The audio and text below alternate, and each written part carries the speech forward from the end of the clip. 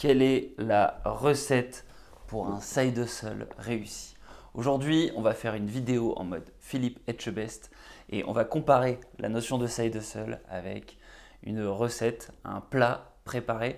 Et pourquoi on fait ça? Parce que c'est le jour 13, créer une side hustle shopping list. Et c'est le sens clairement de ce chapitre du jour 13 du livre Side Hustle, le 27 jours pour créer du coup ton revenu complémentaire. Ce livre, tu peux te le procurer dans la description. C'est le livre du coup qui nous guide sur ce challenge de 27 jours que j'ai mis en place sur une playlist YouTube où tu peux retrouver tous les jours précédents. Dans les jours précédents, qu'est-ce qu'on a vu? On a vu comment passer d'une idée simple à une idée rentable, on a vu comment aussi construire une offre, on a vu comment définir un prix et maintenant en fait on arrive au moment où il va falloir se lancer. C'est un livre qui va doucement et c'est ça qui en fait un livre intéressant. Chaque chapitre essaie de te décomposer vraiment les concepts pour prendre tout par le menu. Le but, c'est pas du tout de se précipiter dès le début du livre. Tu te rends compte, là, on est au jour 13, on n'a toujours pas lancé notre side hustle. C'est ce qu'on pourrait reprocher au livre d'ailleurs, c'est d'aller tellement lentement que, en fait, on a envie d'accélérer, on a envie de dévorer le livre. Et d'ailleurs, tu peux faire ça. Mais là, mon objectif à moi, c'est de suivre la to-do, la checklist. Pourquoi? Parce que c'est le conseil de Oussama Ammar. Quand tu regardes une vidéo importante qu'il a faite sur la création de Muse et donc la création de Side Hustle, il explique que contrairement aux startups, il faut suivre spécifiquement la checklist, la to-do que les gens vont nous donner et que des gens qui ont réussi des Side Hustle vont nous donner. Et c'est exactement le sens de ce chapitre-là. Et c'est pour ça que j'avais envie de, quelque part ici, de ne pas aller trop vite et de te donner le concept du chapitre qui est en 3 étapes.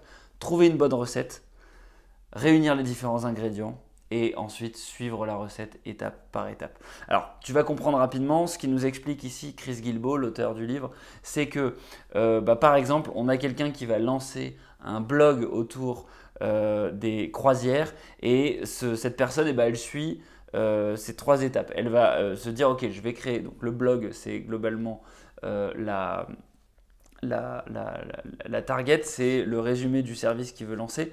Les ingrédients, qu'est-ce que c'est? Il va avoir besoin d'un site web, il va avoir besoin d'articles pour mettre ces articles sur le blog, il va avoir besoin de faire du SEO pour faire des articles qui sont optimisés pour les recherches Google parce qu'il ne veut pas s'embêter à faire du marketing. Et puis il va avoir besoin en dernier de mettre des pubs. Et donc c'est exactement ça, c'est les ingrédients. Et ensuite il va devoir définir un certain nombre d'étapes. Les étapes, c'est quoi? C'est l'écriture. Il commence par écrire en fait un pool d'articles dans lequel il va pouvoir taper. Ensuite l'optimisation. Donc auparavant il ne s'est pas embêté à savoir quels étaient les détails ou l'optimisation des articles, il met simplement les idées. Là, il va optimiser par rapport à sa compétence de SEO. Et puis numéro 3, il va ajouter des pubs. Donc c'est les 3 étapes pour générer son side hustle autour d'un blog. Pour ça, évidemment, ça présuppose que tu es fort en SEO ou que tu es prêt à apprendre du SEO. Ensuite, il nous donne l'exemple d'un système de service pour créer des CV. Pour accompagner les étudiants à la création de leur CV. Donc l'idée, c'est d'aider des étudiants de grande école à améliorer leurs entretiens, obtenir des entretiens, avoir des meilleurs jobs en ayant un CV qui est super. Donc pour ça, il va nous falloir un site web pour présenter l'offre. Il va falloir un système qui permet d'accepter les paiements et un système pour mettre en place des entretiens pour pouvoir échanger avec les élèves, échanger sur ce qu'ils font, etc. Et puis construire les CV par derrière. Donc les étapes, c'est le copywriting, être capable de présenter l'offre de manière propre. Donc ça se fait sur un papier, un crayon ou ton ordinateur. 2, créer un site web pour poster les informations que tu as fait en étape 1. Et puis 3, et puis aussi, dans l'étape 2, créer le mécanisme pour être payé et puis avoir les entretiens, programmer les entretiens. Et numéro 3, avoir un plan pour diffuser ce site web auprès de différents étudiants. Voilà, donc ça c'est la mécanique. Ce que je veux que tu retiennes dans cette vidéo vraiment, c'est que cette histoire de recette, elle va être très spécifique et c'est un exemple d'implémentation de ton idée. La réalité, c'est que ce service de création de CV, tu peux le faire de plein de manières. Tu peux utiliser 5euros.com, c'est ce que moi je vais choisir par la suite.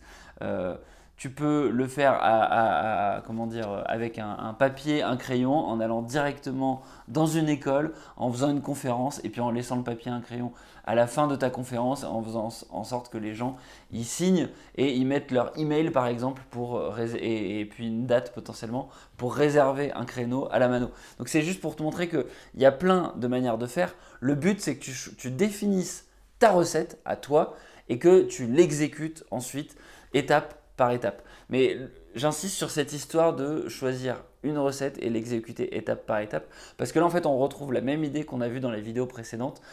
Pour être capable de créer des side hustles qui réussissent, en fait il faut être capable d'en définir un et de l'exécuter. Ça suffit pas d'avoir plein d'idées. Moi j'ai plein d'idées de side hustle et c'est ce dont je t'ai parlé dans les vidéos précédentes.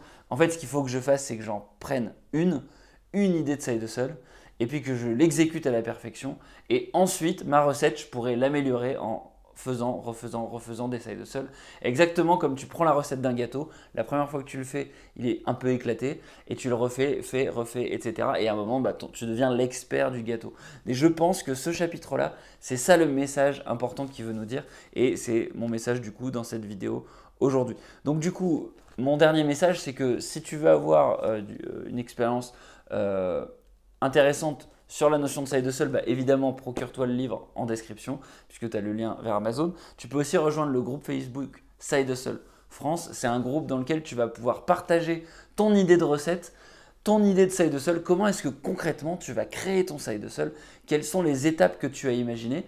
Mets-le dans le groupe et tu vas pouvoir avoir plein de feedback de plein de gens qui peut-être auront fait soit des side hustles similaires, soit des side hustles identiques, mais avec des implémentations différentes. Et c'est là où ça va être intéressant. Tu vas pouvoir avoir des gens qui vont te donner du feedback et potentiellement, avant de démarrer l'exécution, l'implémentation de ton side hustle, ne pas perdre de temps, en gagner en utilisant des bons outils, en faisant les bons choix, en ayant la bonne manière de présenter ton offre. Bref, cette histoire d'implémentation, c'est le choix que tu dois faire sur comment est-ce que tu vas donner vie à ton idée de side hustle.